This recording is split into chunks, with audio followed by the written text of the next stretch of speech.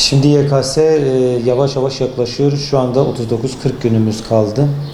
Bu konuda öğrencilerimizin hem kaygıları hem de nasıl çalışması gerektiği konusunda bayağı soru işaretleri oluyor. O konuda aslında en hassas dönemimizdir. Burada öğrencilerimiz işte acaba olmayacak mı, olacak mı? Konularım daha var, hangi programla gideyim, neler çözmeliyim, çıkmış sorularımı gibi büyük bir soru işaretiyle baş başa kalıyorlar maalesef ki. Evet, yapılan en çok hatalar şudur. Birincisi çok kaygılı ve çok sıkıntılı olduğu için yapamayacağını düşünüyor. Ya da aslında çok çalışmamış ve çok çalışmadığı için konular biriktiği için bu iş olmaz deyip ya ben yapamam edemem düşüncesidir. Ama halbuki bunun arkasında aslında çalışmama durumu yatıyor. Ben bırakacağım, ben çalışmam, bu iş olmaz ya da mezuna kaldım gibi şeyler maalesef yanlıştır. Bunu şu şeyle örnek veriyorum. Önümüzde iki yol var. Kazanmak veya kaybetmek. Eğer ki kazanmak istiyorsan her türlü mücadeleye devam edeceksin. Eğer ki bütün konuların kaldıysa da, ama eğer ki kaybetmek istiyorsan ben bu iş olmaz dediğin zaman da maalesef kaybedersin. Onun için biz diyoruz ki ya her türlü mücadele edelim yani. Bu mücadeleyi bıraktığı anda öğrencimiz büyük bir hataya giriyor yani. Örnek veriyorum, bak şu da çok önemli. İşte benim konularım kaldı. Kaç konun kaldın diyorum. Bir konu, iki konu. Ya tamam da yani o bir iki konudan belki bir iki soru çıkıyor. Hadi 3 soru çıksın. Kalan o bütün sorular başka konulardan çıkıyor. Orada da bol bol soru çözecek. Eğer ki öğrencinin en büyük hatasını şunu net olarak söyleyebilirim ki eğer ki benim konular kaldı, ben konuya doğru gideceğim, sürekli konu çalışacağım diyorsa büyük bir hatadır. Burada yapacağı şey şudur: çıkmış sorular, ondan sonra sürekli branş denemeleri çözerek sorularla çok bu şeyi pekiştirmesi gerekiyordur. Bu süreci pekiştirmesi gerekiyor. Eğer bunu yapamadığı zaman öğrencimiz maalesef işte Haziran'ın 15'i geliyor, konularım yeni bitti. Tamam da yeni konu bitti. Ne zaman bunların sorularını çözeceksin, pekiştireceksin? Hatta konulardan dolayı denemeye girmeyenler var.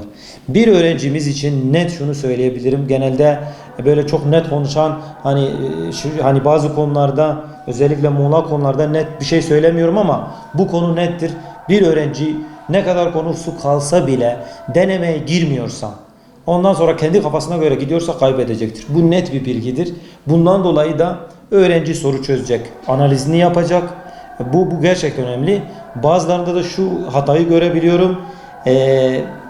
Soru çözüyor, branş denemesi çözüyor, normal deneme çözüyor ama analiz yapmıyor. Ya hangisinde yanlış yaptın, hangisinde arada kaldın, buna bakmadığın zaman, o sorunun çözümlerine bakmadığın zaman büyük bir hata yapıyoruz ve o yanlışları diğer denemede de devam ettiriyoruz maalesef ki. Aslında en çok bize gelen durum budur. Şu anda rehber öğretmeni olarak aslında programlama şeyi çok kalmadı. Neden? Artık hani konular büyük oranda bitti. Sadece branş denemeleri, günlük çözecek branş denemelerini, denemelerine girecek, soruları çözecek. Eksik konularda gene tekrardan kastımız soru çözecek. Bunlar olacak. En çok işte gelen sıkıntı şu: stres ve kaygının olması. Bunu nasıl götürebiliriz? Biz burada şunu yapacağız. Bir, günlük yapacaklarımızdan sorumluyuz. Biz bugün ne yaptık?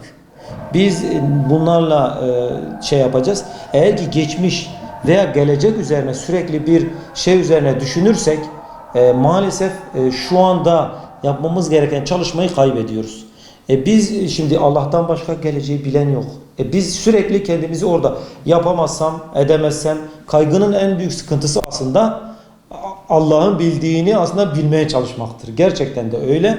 Yani biz onu bilemeyiz. Yani şöyle çok ünlü bir söz vardır: biz seferden sorumluyuz. Biz zaferden sorumlu değiliz. Onun için hani sonuç ne gelir ne gelmez onu bilemeyiz. O Allah'ın bileceği iş.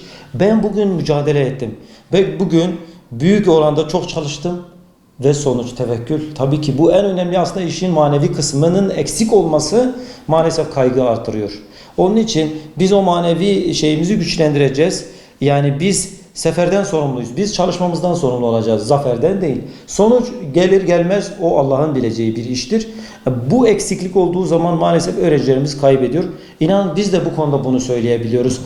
Ben bile öğrenciye hocam aslında sizce kaç net yaparım? Ben şunu söylüyorum: senin çalışmana bağlı. Yani senin o sefere çıkmana bağlı bir şeydir. Ve gerçekten de öyle. Ve biz şu anımızı kaybediyoruz. Ben öğrenciye de şu örneği veriyorum. Bugün ne yaptın? Hani bazen bir program vardır. Bugün Allah için ne yaptın diye. Biz bugünümüzden sorumluyuz. Yarın olacak. Biz tekrar çalışacağız. Tekrar çalışacağız. Kaygıyı azaltmanın en önemli meselesi ve şey, bugün yapacaklarımızı yapacağız. Yarında da tabii her gün yaptıklarımız bizi zafere götürecek. O zaferi de tabii o zaman bekleyeceğiz. Onun üzerine çok düşünmeyeceğiz yani. Şimdi aileler gerçekten çok farklı. Şimdi bazıları gerçekten çocuğa çok böyle güzel şeylerle yaklaşıyor.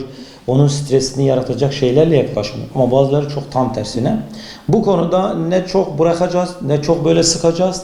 Bu konuda da yani sen bir aile şunu yapmalı. Bugün ne yaptın? Bugün ne çalıştın? Eğer ki çok sormak istiyorsa sorsun tabii ki. Bugün ne yaptığını sormalı. Yani sen denemede böyle kötü yaptın, böyle olmaz, bak böyle kaybedersin gibi cümlelerle çocuk daha da kaygı ve strese giriyor. Ya da şöyle diyor, sen işte sınav 20-21 Haziran'dadır. 22 Haziran'da senin sanayide işin hazır. Ya da işte tekstilde çalışacaksın gibi söylemler çocuğun iyice stresini arttırıyor. Ya bir anlamda belki bazıları için böyle hani korku mahiyetinde olur, onu şey yapabilir ama maalesef hani öngördüğümüz şey şu, çok faydası olmuyor. Ha biz demiyoruz el bebek gül bebek de hani ona hiçbir şey dokunmayın. Evet, bugün çalışman gerekiyordu, çalışmadın, çalışmalısın gibi net cümlelerle bunu söyleyebiliriz. Ama sonuç nasıl olacak, onların kaygısını artıracağımız şeylerden ailelerimizin uzak durması gerekiyor ve şunu söylemesi gerekiyor. Sen gerekeni yap. Ondan sonra zaten tevekkül. Allah yani bize ne çıkacak, ne sonuç çıkacak o önemli değil. Ve ben ailelere de şu öneride bulunuyorum. Çocuk gerçekten çalışıyorsa zaten görürsünüz. Ondan hissedersiniz, gözlerinden anlarsınız. Gerçekten çalışıyorsa hakikaten onu her türlü destekleyin. Her türlü de yardımda bulunun. Ama çalışmıyorsa evet, o zaman ona göre farklı adımlar atılabilir. Ama tabii gene çocuğumuzun faydasına olacak adımlar atmalıyız yani.